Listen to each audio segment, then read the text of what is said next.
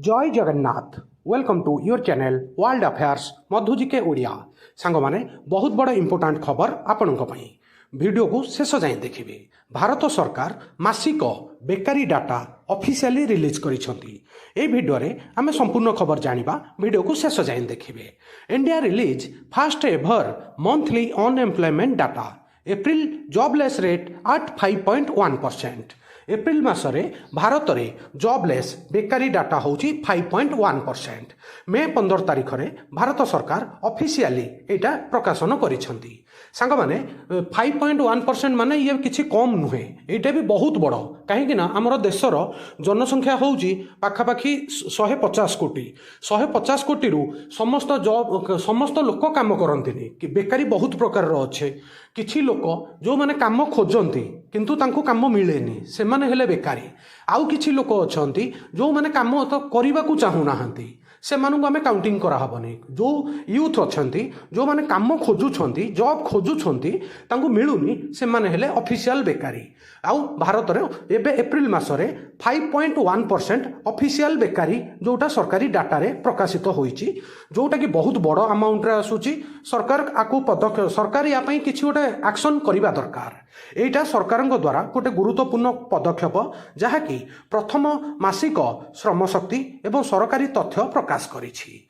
परिसंख्यान एवं प्रोग्रामिंग नियोजन मंत्रालय MoSPI अनुजाई देश में बेकारी हार एप्रिल 2025 रे 15 वर्षरु अधिक बयसर व्यक्ति 5.1% रही। महिला तुलन में पुरुषों हार टिके अधिक। महिलांकर बेकारी हार रही 5% आ पुरुषों 5.2%। सांग माने महिला बेकारी हार एटा मु आपनकर डाउटटा क्लियर कर दूची। भारत में बहुत महिला अछंती जो माने घर कार्य रे व्यस्त रहंती। से माने बाहर को घरर जिम्मेदारी नहीं कि से बाहर काम कर पारंती नाही। आउ लेबर शक्ति हिसाब रे हमर जेहेतु पेट्रियाटिक सोसाइटी गोटे महिला को बहुत कम लोक employment दियंती। Until now, employment indicators were only available quarterly for urban area and annually at the national level.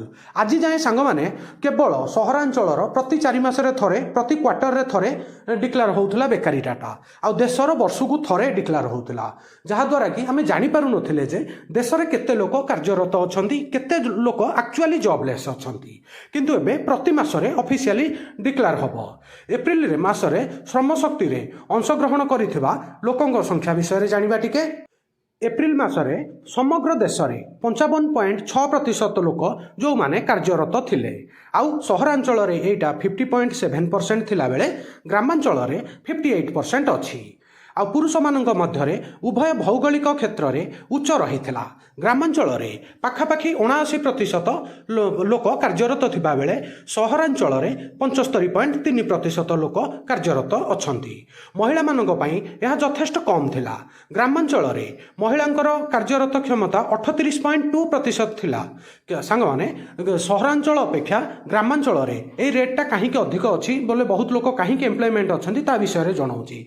काहे ना ग्रामांचल रे प्रायतः लोक कृषि उपर निर्भर करती। सीजनाल बेकारी बोले चाष सीजन चलला काम मिलगला, जो ये डाटाटा टिके पॉजिटिव आसी। आ सहर में प्रायतः लोक IT सेक्टर इंडस्ट्री सेक्टर रे काम करती, से यहाँ टिके कम अच्छी सहरांचल रे। यही समय रे श्रमिक जनसंख्यार अनुपात WPR चाकरी करुथिबा श्रमिकों अनुपात देश पई 52.8% थिबा बेले ग्रामांचल रे वर्किंगटा अछि 55.4%। आउ ये सहरांचल रे एटा अछि 47.4%। सांग माने ग्रामांचल रे प्रायतः जो कही आपको प्राय लोक कृषि क्षेत्र में काम करती। सहरांचल रे जेहेतु कृषि टिके कम, सब IT सेक्टर आउ ऑफिस रे जॉब करुथबारु एटा टिके डाटा एमिति आसीची।